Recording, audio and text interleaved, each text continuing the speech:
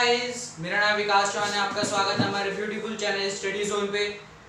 तो गाइस, जो आज का टॉपिक कवर होगा वो होगा साइक्लिक स्ट्रक्चर ऑफ फ्रक्टोज और बात करेंगे म्यूटर रोटेशन के ऊपर, है ना। ये हमारा class 12th chemistry chapter biomolecules का टॉपिक है। तो ये भी एक इम्पॉर्टेंट टॉपिक है। सारे टॉपिक में से जैसे हमने साइक्लिक स्ट्रक्चर ऑफ ग्लूकोज निकाला था, है ना, वैसे ही हम साइक्लिक स्ट्रक्चर ऑफ फ्रक्टोज के ऊपर बात करेंगे। पूरा सिमिलर कंसेप्ट लगेगा तो जैसे ग्लूकोज में लगा था हमारा, है ना। तो आइए शुरू करते हैं। सबसे पहले हेडिंग डालिए अपनी नोटबुक में, साइक्लिक स्ट्रक्चर ऑफ फ्रक्टोज। क्या हेडिंग डालिए? Cyclic structure of fructose. Heading डाल लीजिए, साइक्लिक स्ट्रक्चर ऑफ फ्रक्टोज, है ना। इसके ऊपर बात करेंगे कैसे हमारा साइक्लिक स्ट्रक्चर बनता है फ्रक्टोज का, है ना। जैसे कि हमने पहले क्या करा था, ग्लूकोज में क्या करा था हमने, पहले हमने सिंपल स्ट्रक्चर बनाया था ग्लूकोज का, है ना। फिर हमने वहां से साइक्लिक स्ट्रक्चर बनाया था, है ना। पूरा सिमिलर फ्रक्टोज में चलेगा हमारा, है ना। जो इसका सबसे पहले बताया था कि फ्रक्टोज का फॉर्मूला, है ना, वो जो हमारा मॉलिक्यूलर फॉर्मूला होता है फ्रक्टोज का, है ना। फ्रक्टोज का मॉलिक्यूलर फॉर्मूला क्या होता है? S similar to the glucose C6H12O6। लेकिन इसमें और उसमें अंतर क्या होता है? इसमें जो हमारा ग्रुप होता है, जो इसमें फंक्शनल ग्रुप होता है, मेन फंक्शनल ग्रुप जो होता है इसमें, वो होता है हमारा कीटो। कौन सा मेन फंक्शनल ग्रुप होता है इसमें?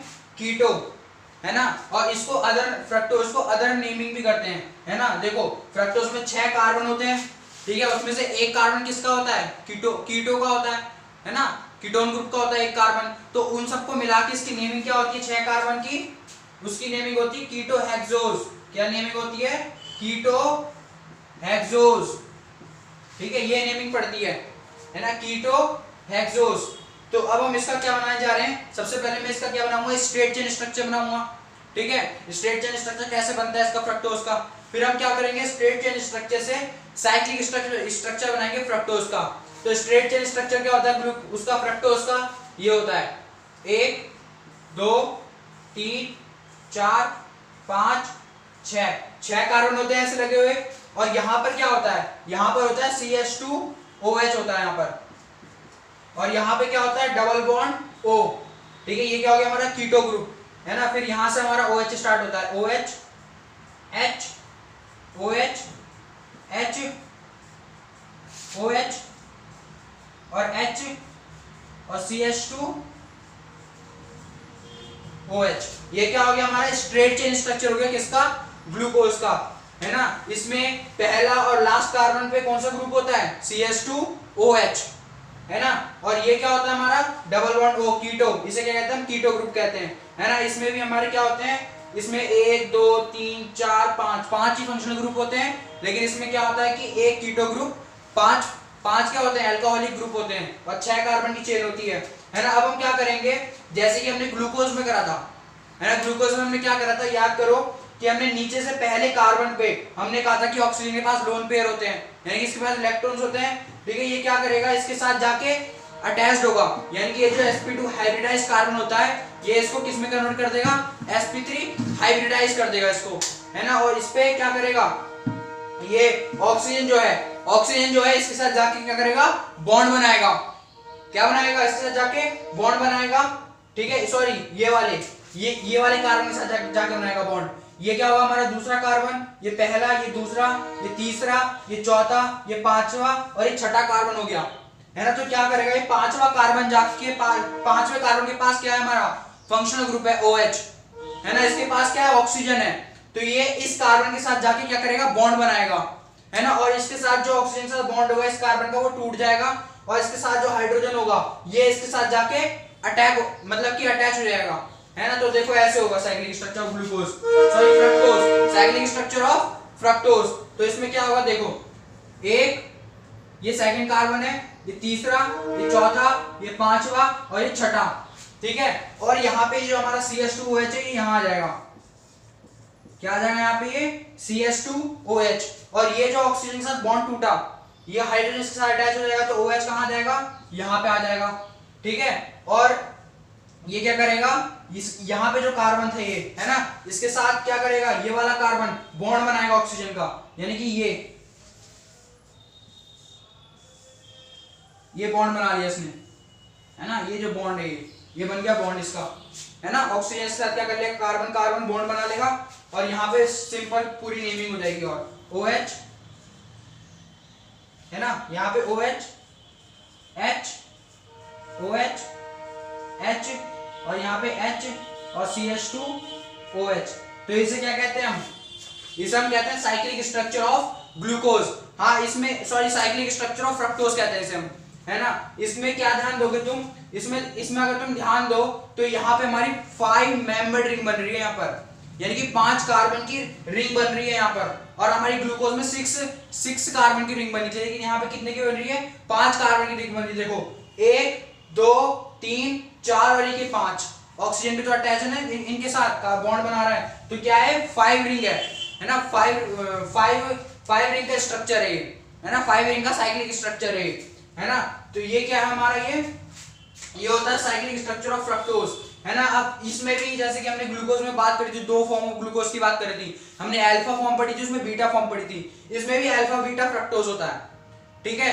इसमें भी क्या होता है, अल्फा बीटा फ्रक्टोज होता है, ठीक है। इसमें क्या होता है कि अगर हमारा OH ग्रुप इस रिंग के अंदर आ जाए, है ना, ये जो साइक्लिक जैसे दिख रहा है ना, इसके अंदर OH आ जाए तो हमारा अल्फा फॉर्म मिलती है, अगर OH बाहर आ जाए तो हमें कौन सी फॉर्म मिलती है, बीटा फॉर्म मिलती है ना। अब अभी OH कहां पर है, बाहर है, तो इसको ही हम क्या कहेंगे, इसको ही हम कहते हैं, इसकी अदर नेमिंग क्या होती है, इसकी नेमिंग होती है बीटा डी फ्रक्टोज। क्या कहते हैं इसे, बीटा डी फ्रक्टोज, है ना। अब कुछ नहीं है, तुम्हें अल्फा डी फ्रक्टोज चाहिए, है ना, इसकी स्टीरियो चेंज कर दो, यानी इसकी पोजीशंस के साथ चेंज कर दो, यानी कि OH यहां पे ले आओ, CH2OH यहां ले आओ, एंड जब OH इसके अंदर आ जाएगा तो हमें कौन सी फॉर्म मिल जाएगी, अल्फा डी फ्रक्टोज मिल जाएगा हमें। क्या मिल जाएगा हमें, अल्फा डी फ्रक्टोज, है ना।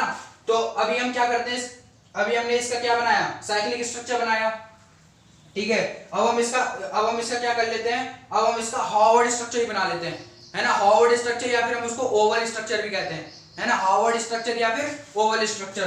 तो जल्दी नोट डाउन करो इसको। तो अभी हमने किसके बारे में बात करी, है ना, हमने फ्रक्टोज के साइक्लिक स्ट्रक्चर के बारे में बात करी, है ना।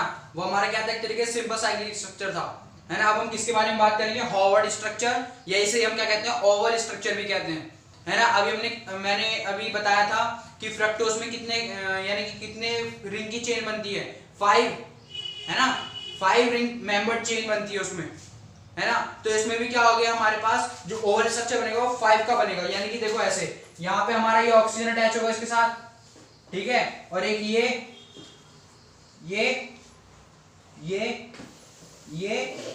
और ये। तो यहाँ पे देखो, यहाँ पे हमारा 1 2 3 4 और ये ऑक्सीजन क्या है इसके साथ अटैच है ना। तो यहाँ पे ये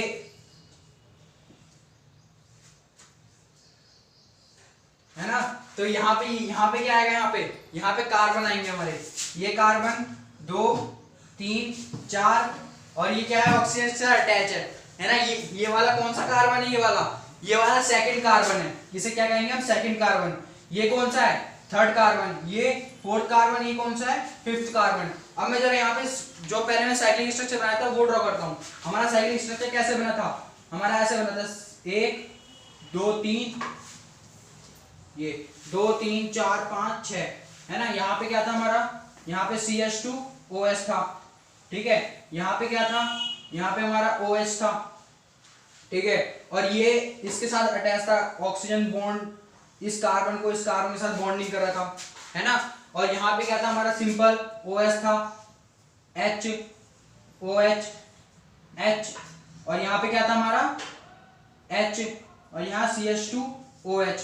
तो अगर तुम ध्यान दो, ये हमारा सेकंड कार्बन है, ये हमारा सेकंड कार्बन है, ये पहला कार्बन था, ये सेकंड, ये तीसरा, ये चौथा, ये पांचवा और ये छठा, ठीक है। तो देखो यहाँ पर ये दूसरा कार्बन है, ये तीसरा कार्बन है, ये चौथा कार्बन है, ये पांचवा कार्बन है, और ये जो हमारा ये वाला है ना, ये तो ऐड नहीं होगा इसमें, है ना, क्योंकि हमारी कितने की बनेगी, 1 2 3 4 5 रिंग की मेंबर, है ना, 5 रिंग मेंबर क्या बनेगी हमारी, चेन बनेगी।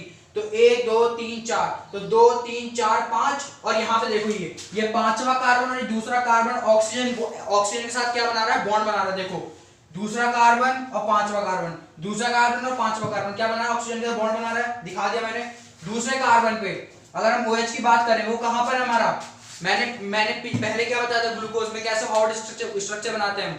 अगर हमारा OH ग्रुप कार्बोनिल कार्बन के लेफ्ट साइड में होता है ना, अगर हमारा OH ग्रुप कार्बोनिल कार्बन के लेफ्ट साइड में होता है ना, तो वो कहां आता है हमारा, ऊपर आता है ना, कहां पे आता है हमारा, ऊपर आता है ना। जो लेफ्ट साइड में आता है वो ऊपर आता है, जो राइट साइड में आता है वो नीचे आता है। तो ऊपर कौन है, OH ग्रुप लेफ्ट साइड में, तो OH ग्रुप ऊपर आ जाएगा। और यहाँ पे क्या है, CH2OH, तो CH2OH आ जाएगा यहाँ पर, ठीक है। फिर क्या है, तीसरे कार्बन पे OH ग्रुप कहाँ है, दोबारा लेफ्ट साइड में, तो ऊपर आ जाएगा, H नीचे आ जाएगा। फिर हमारा राइट साइड में, तो नीचे आएगा OH, है ना, H ऊपर आ जाएगा। फिर इसकी बात करें अगर हम, है ना, तो यहाँ पर क्या हमारा CH2OH, है ना, ये CH2OH इसके साथ जुड़ा हुआ है ना, तो CH2OH, है ना। तो ये हमारा क्या हो गया, ये हमारा हो गया हार्वर्ड स्ट्रक्चर, है ना। इसे क्या कहते हैं हम, ओवल स्ट्रक्चर भी कहते हैं, है ना। इसको हम क्या कहेंगे, अगर हमारा OH ग्रुप कार्बोनिल कार्बन के लेफ्ट साइड में, रिंग के अंदर नहीं है, रिंग के अंदर नहीं, तो इसे क्या कहेंगे हम, बीटा डी फ्रक्टोज, है ना। इसे भी क्या कहेंगे, फिर हम इसे भी हम कहेंगे बीटा डी फ्रक्टोज, क्या कहेंगे इसे हम, बीटा डी फ्रक्टोज।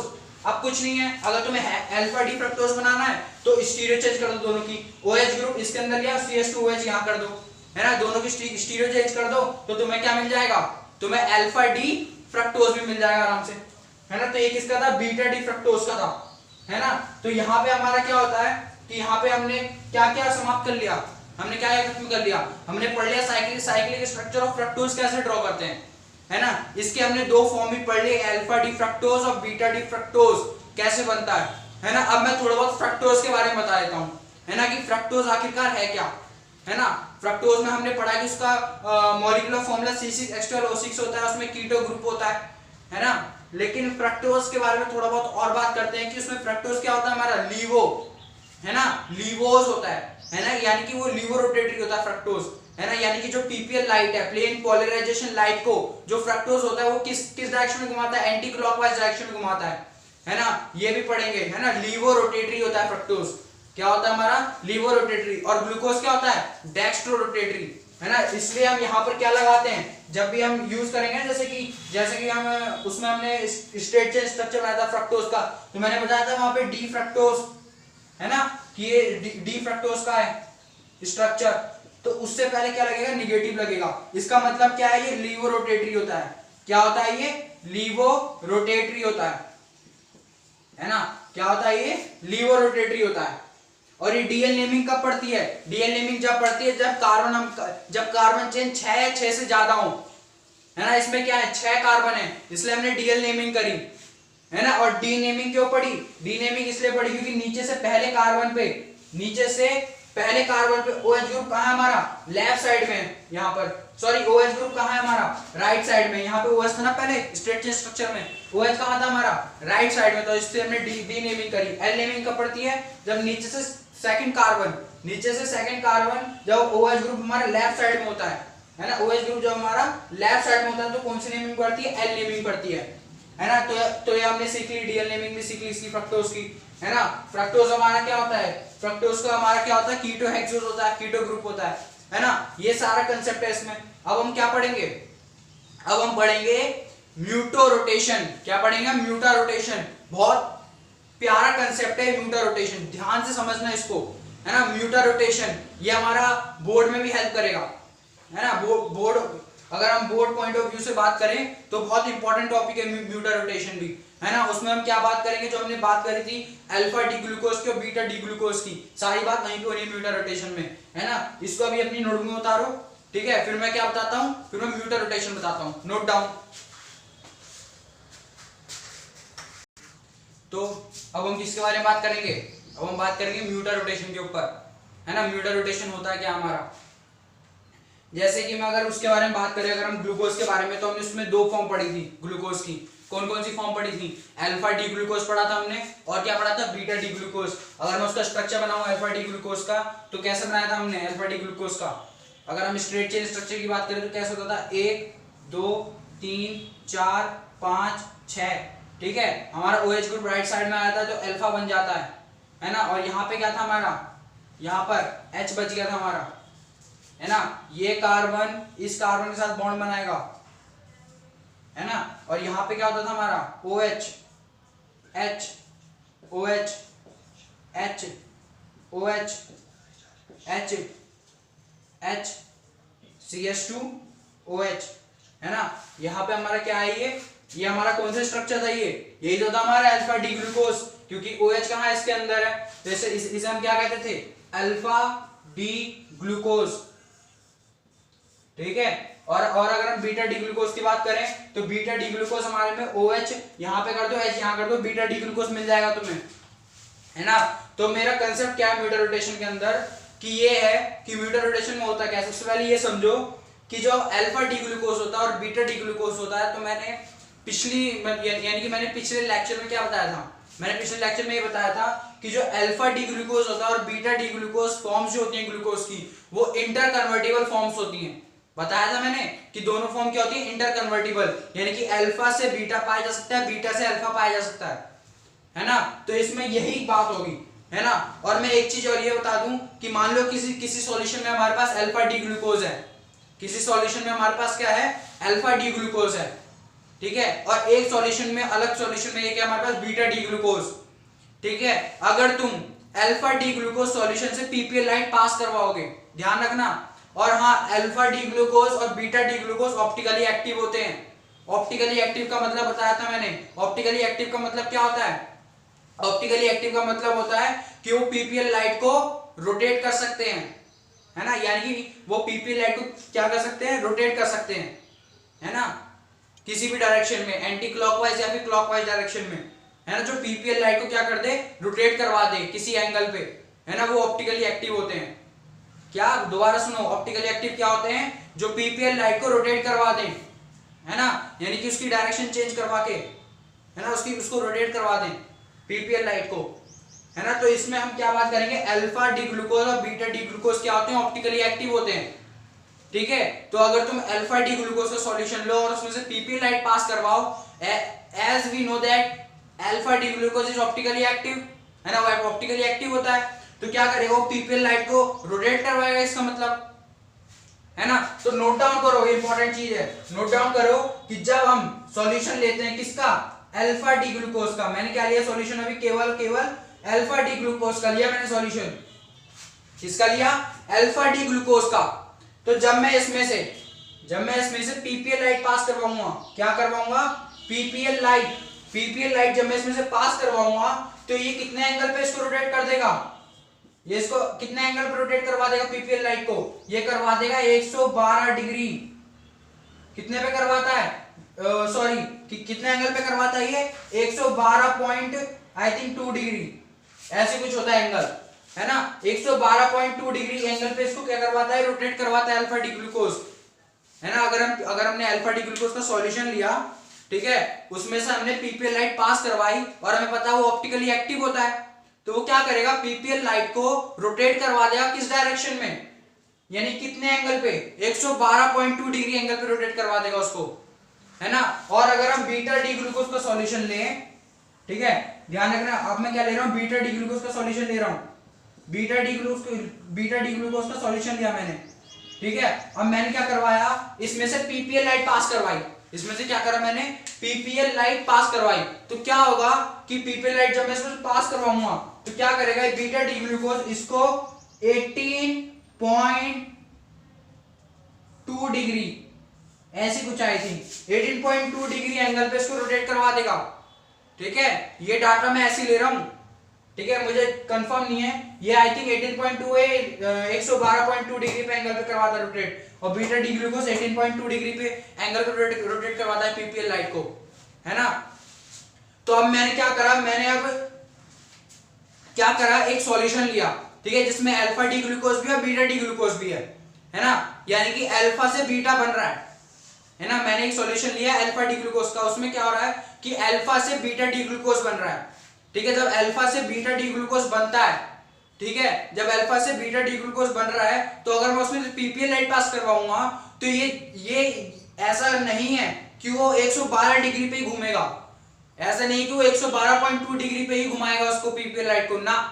अब क्या हो जाएगा, क्योंकि अल्फा डी ग्लूकोज थोड़ा कन्वर्ट हो गया बीटा डी ग्लूकोज में, यानी कि उसका जैसे मान लो मैंने वो लिया अल्फा डी ग्लूकोज लिया मैंने 80% लिया मैंने अल्फा डी ग्लूकोज, ठीक है, उसमें से धीरे धीरे क्या बन रहा है, बीटा डी ग्लूकोज बन रहा है, और मान लो उसमें से 10% बीटा डी ग्लूकोज बन गया, तो क्या होगा कि जब मैं 80%, तो वो पीपीएल लाइट को 112.2 डिग्री एंगल पे घुमाएगा, और हमारा जो बचा हुआ परसेंट था 20%, वो पीपीएल लाइट को 18 डिग्री 18.2 डिग्री एंगल पे घुमाएगा उसको। यानी कि अगर मैं म्यूटर रोटेशन के ऊपर बात करूं कि म्यूटर रोटेशन आखिरकार होता क्या है, म्यूटर रोटेशन ये होता है कि वेरिएंस, है ना, जो मतलब कि डिफरेंस आता है in the angle of rotation, बार बार, है ना, कंटिन्यूअसली वेरिएंस आना, है ना, बार बार कंटिन्यूअसली वेरिएंस आना, किसमें, angle of rotation of PPL light में, when it is passed through a alpha D glucose, when it is passed through the alpha beta D glucose solution, है ना, उसमें थोड़ा बीटा डी ग्लूकोज भी बन गया, तो हम अल्फा सॉल्यूशन तो नहीं कहेंगे, अल्फा डी ग्लूकोज सॉल्यूशन, उसमें थोड़ा अल्फा डी ग्लूकोज भी बचा है, उसमें बीटा डी ग्लूकोज भी, क्योंकि अल्फा डी ग्लूकोज से थोड़ा बीटा डी ग्लूकोज बना, है ना, अल्फा डी ग्लूकोज से थोड़ा बीटा डी ग्लूकोज बना। तो जब हम पीपीएल लाइट पास करवाएंगे तो उससे क्या होगा, जो एंगल ऑफ रोटेशन होगा हमारा पीपीएल लाइट का, जो एंगल ऑफ रोटेशन होगा उसमें थोड़ा गिरावट आएगी, है ना, यानी कि कम होगा, वो पहले के मुकाबले कम हो जाएगा उसका एंगल ऑफ रोटेशन, यानी कि ये जब तक चलता रहेगा, यानी कि जो angle of rotation PPL light में वेरिएंस, है ना, डिफरेंस वेरिएंस जब तक आता रहेगा, जब तक alpha D glucose beta D glucose में कन्वर्ट होता रहेगा, ठीक है, और एक टाइम ऐसा आएगा कि alpha D glucose beta D glucose में इक्विलिब्रियम स्टेब्लिश हो जाएगा, यानी कि अल्फा डी ग्लूकोज जितना बनना था बीटा डी ग्लूकोज में वो बन चुका होगा, तो उस समय हमारा म्यूटर रोटेशन स्टॉप हो जाएगा। यानी कि म्यूटर रोटेशनल कंसेप्ट कहां आता है, म्यूटर रोटेशनल कंसेप्ट वहां आता है जहां पर अल्फा डी ग्लूकोज हमारा बीटा डी ग्लूकोज में बनता है ना, ध्यान रखना कंसेप्ट कहां पे आता है हमारा, ये म्यूटर रोटेशन का वो आता है जब अल्फा डी ग्लूकोज हमारा बीटा डी ग्लूकोज में बनता है, ठीक है, जब हमारा alpha D glucose beta D glucose में बनता है, ठीक है, और उसकी वजह से जो वेरिएंस आता है किसमें, angle of rotation of PPL light में जो वेरिएंस आता है, किसमें, angle of rotation of PPL light में जब वेरिएंस आता है, किसकी वजह से, due to the formation of alpha D glucose into a beta D glucose, तो उसमें क्या होता है, वेरिएंस आता है किसमें, angle of rotation of PPL light में, और ये प्रोसेस जब तक चलती रहेगी जब तक दोनों में इक्विलिब्रियम ना आ जाए। इक्विलिब्रियम का मतलब क्या है कि alpha D glucose beta D glucose में बन चुका होगा जितना बनना था, स्टेबलिश इक्विलिब्रियम आ गया, है ना, यानी कि अगर हम एट इक्विलिब्रियम पे बात करें, इसमें एक चीज और उतारो कि एट इक्विलिब्रियम पे क्या होता है, इक्विलिब्रियम पे हमारा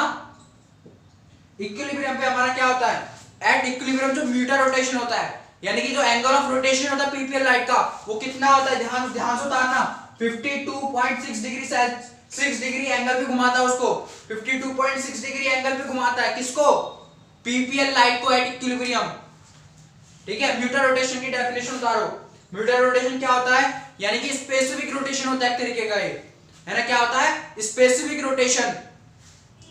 rotation of a PPL light, है ना, specific rotation of a PPL light due to the conversion of alpha D glucose into a beta D glucose up to the equilibrium established between them. As the equilibrium established, mutarotation stop, यानी कि म्यूटर rotation जब आएगा, मतलब कि म्यूटर rotation कब आता है, जब alpha D glucose beta D glucose में कन्वर्ट होता है, तब म्यूटर रोटेशन होता है।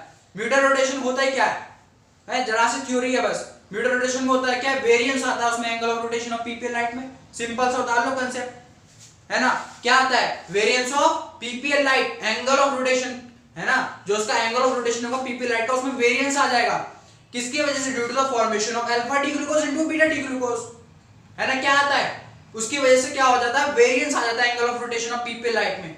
वही हमारा कंसेप्ट है पूरा म्यूटर रोटेशन का, ठीक है। म्यूटर रोटेशन का भी मैं डेफिनेशन उतरवाता हूं, ठीक है, अभी तुम ये नोट डाउन करो, समझ तो आ गई होगी म्यूचुअल रोटेशन क्या होता है, लेकिन एक बार अगर हमारा बोर्ड में आ गया क्वेश्चन तो कैसे लिखेंगे, है ना, वो लिखवा देता हूं मैं, ठीक है। म्यूचुअल रोटेशन होता क्या है, ठीक है, उतारो ये 3। तो अभी हमने ऐसे मतलब ओरली समझाया म्यूचुअल रोटेशन होता क्या है ना। अब तुम जरा डेफिनेशन नोट करो म्यूचुअल रोटेशन की। म्यूचुअल रोटेशन होता क्या है, म्यूचुअल रोटेशन होता है द फिनोमिना, क्या होता है, एक तरीके का फिनोमिना होता है ना, द फिनोमिना इन विच, जिसमें क्या होता है हमारा, in which alpha D glucose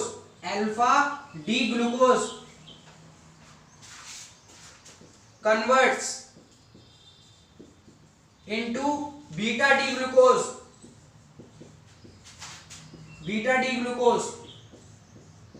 है ना। क्या होगा, एक फिनोमिना होता है जिसमें अल्फा डी ग्लूकोज हमारा बीटा डी ग्लूकोज में कन्वर्ट होता है, जिसकी वजह से क्या होता है, जिसकी वजह से ड्यू टू विच, है ना, जिसकी वजह से due to which the angle of rotation, है ना, द एंगल ऑफ रोटेशन, जो एंगल ऑफ रोटेशन होता है हमारा, the angle of rotation of PPL light,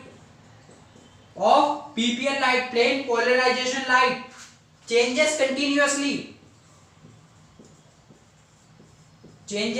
continuously,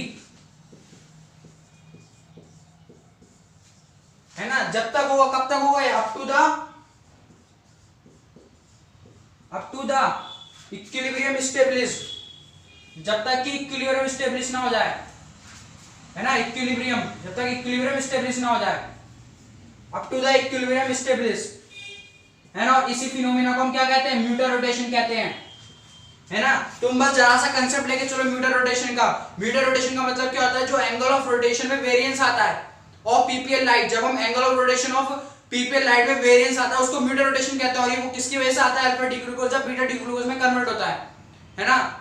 तो ये नोट कर लो डेफिनेशन, है ना, ठीक है। तो मैंने क्या बताया अभी, इस पूरे लेक्चर में क्या कवर हुआ हमारा, cyclic structure of fructose cover हुआ, उसकी अल्फा बीटा फॉर्म पढ़ी हमने, और क्या पढ़ा है, म्यूचुअल रोटेशन पढ़ा, है ना गाइस।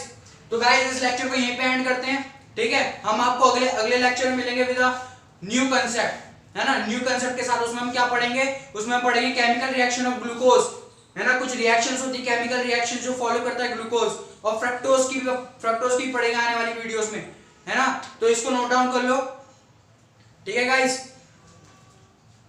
और फिर उसमें आने वाले लेक्चर में क्या पढ़ेंगे हम, आने वाले लेक्चर में पढ़ेंगे हम जो उसकी मतलब कि जो केमिकल रिएक्शंस होती है ग्लूकोज की, ठीक है।